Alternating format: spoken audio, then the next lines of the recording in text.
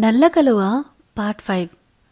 ఏంట్రా ఊరంతా తిరిగి ఇప్పుడా ఇంటికి రావడం అని ప్రకాష్ గారు కొడుకుని కసిరేసరికి ఇంటికి వచ్చి చేసే పనేముందిలే డాడ్, నన్ను ఎలాగో ఆఫీస్కి రానివ్వరు కదా, ఇంకా చేసేదేముంది, ఎంజాయ్ చేయడం తప్ప అని ఆయన పక్కన కూర్చుంటూ అంటాడు వేద్ బాబు. అందుకే తొందరగా పెళ్లి చేసుకుంటే తొందరగా ఆఫీస్కి రావచ్చు. చూడు, నీతో చదువుకున్న విశ్వ ఇంకా వైశాలి జాబ్ చేయబట్టి 2 years అవుతుంది అని అంటారు ప్రకాష్ గారు. వాళ్ళకేం ఇలాంటి దిక్కుమాలిన రూల్స్ ఏం లేవు కదా, పెళ్లి చేసుకుంటానే ఆఫీస్కి రావాలి అని. నేను తలుచుకుంటే ఇప్పటికిప్పుడు వేరే కంపెనీలో జాబ్ తెచ్చుకోగలను. అప్పుడు మీరే మా పరువు ప్రతిష్ట అంటూ గోల చేస్తారు అని ఆలోచిస్తున్నా అనగానే ప్రకాష్ గారు ఒక్క చూపు చూస్తారు.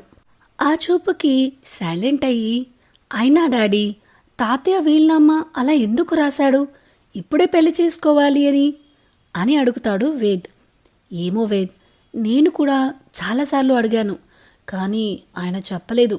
అందుకే నీకు పెళ్ళి చేయక తప్పదు. నువ్వే నీకు నచ్చిన అమ్మాయిని సెలెక్ట్ చేసుకుంటే ఆ అమ్మాయితోనే పెళ్లి చేస్తాం. ఎప్పటికైనా చేసుకోవాల్సిందే కదా, అదేదో ఇప్పుడే చేసుకుంటే ఓ పని అయిపోతుందిగా అంటారు ప్రకాష్ గారు. అయిపోద్ది, ఎందుకైపోదు, కానీ నాకు నచ్చిన అమ్మాయి దొరకద్దా అని అసహనంగా అంటాడు వేద్. అదే ఇంకో 6 months మాత్రమే టైం ఉంది నీ పెళ్ళికి. ఒక 4 monthsలో నీకు నచ్చిన అమ్మాయిని నువ్వే వెతుక్కుంటే సరి, లేకపోతే మేమే మాకు నచ్చిన అమ్మాయితో పెళ్లి చేస్తాం అని జీవో పాస్ చేసి ఆయన రూమ్కి వెళ్ళిపోతాడు.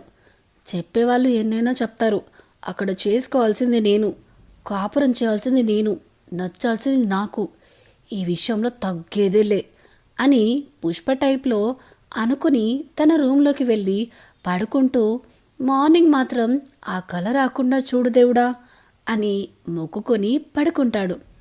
హే వైషు, రోజు ఇద్దరం ఒకే బైక్ మీద వెళ్దామంటే వినకుండా స్కూటీ కొన్నావు, ఇప్పుడు ఇద్దరి పెట్రోల్ వేస్ట్ అయిపోతుంది చూడు అంటాడు విశ్వ తన బైక్ మీద వెళ్తూ, తన పక్కన తన స్కూటీ మీద వస్తున్న వైశాలితో. అప్పుడు కానీ నీ ఫ్రెండ్ నీ బైక్ ఇంకోసారి ఎక్కడు, నీ ఫ్రెండ్షిప్ కూడా కట్ చేసుకోడు అని వెటకారంగా అంటుంది వైషు. అంతలోకే ఆఫీస్ రావడంతో ఇద్దరు బైక్స్ పక్కపక్కన పార్క్ చేస్తూ, వేద్ని తప్పుగా అనుకోకు వైషు, వాడికి ఎందుకో చిన్నప్పటి నుంచి అందం పిచ్చి ఉంటుంది, నలుపును అసలు ఇష్టపడడు, వాడికి ఇప్పటి వరకు ఒక్కటి కూడా బ్లాక్ డ్రెస్ లేదంటే నమ్ముతావా అని విశ్వ అనగానే నిజమా అన్నట్టు చూస్తుంది. ఎందుకంటే అంత ఫెయిరీ కలర్కి బ్లాక్ డ్రెస్ సూట్ అయినట్టు ఏది కాదు కాబట్టి.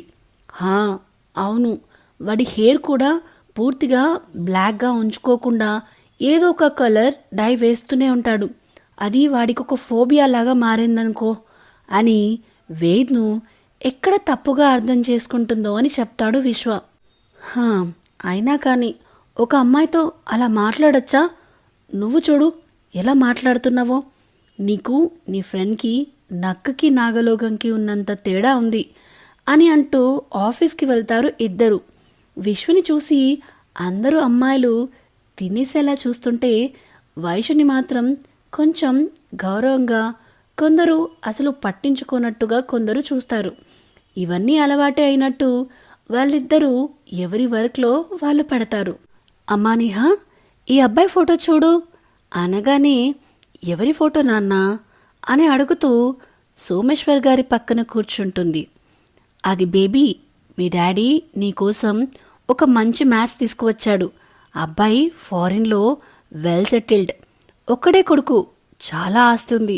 నువ్వు ఓకే చెప్తే నీ పెళ్ళి ఎలా గ్రాండ్గా చేయాలో మేము ఆలోచిస్తాం అని మొహం నిండా మేకప్ పూసుకొని, ఇంకా తను ఒక 16 ఏళ్ల బాలాకుమారిలా ఫీల్ అవుతూ అక్కడికి వస్తూ అంటుంది నిహారిక వాళ్ళ అమ్మ శిరీష.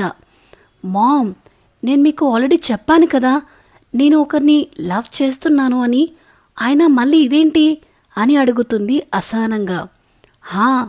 నువ్వొక్కదానివే ప్రేమిస్తున్నావు, అతనింకా ఏది చెప్పలేదు అని అన్నావు కదా అని సోమేశ్వర్ గారు అడిగితే, తొందరలోనే తన డెసిషన్ చెప్తాను అన్నాడు నాన్న. అంతవరకు నన్ను ఫోర్స్ చేయకండి ప్లీజ్ అని బ్రతిమిలాడేసరికి, ఓకే నీకు ఒక 6 months టైం ఇస్తున్నా, ఆలోపు ఏదో ఒకటి చెప్పాలి. అప్పటికి కూడా ఆ అబ్బాయి ఒప్పుకోకపోతే నేను చూసిన సంబంధం చేసుకోవాలి అని చెప్తారు ఆయన. థ్యాంక్ యూ నాన్న అని చెప్పి, బాయ్ మామ్ అని చెప్పి బయటికి వెళ్ళి తన స్కూటీ స్టార్ట్ చేస్తూ ఎలాగైనా వేద్ను ఒప్పించాలి అని ఫిక్స్ అవుతుంది నిహారిక. సో ఇదేనండి నల్ల కలువ పార్ట్ 5. మరి వేద్ నిహారికతో పెళ్లికి ఒప్పుకుంటాడా తెలుసుకోవాలనుందా?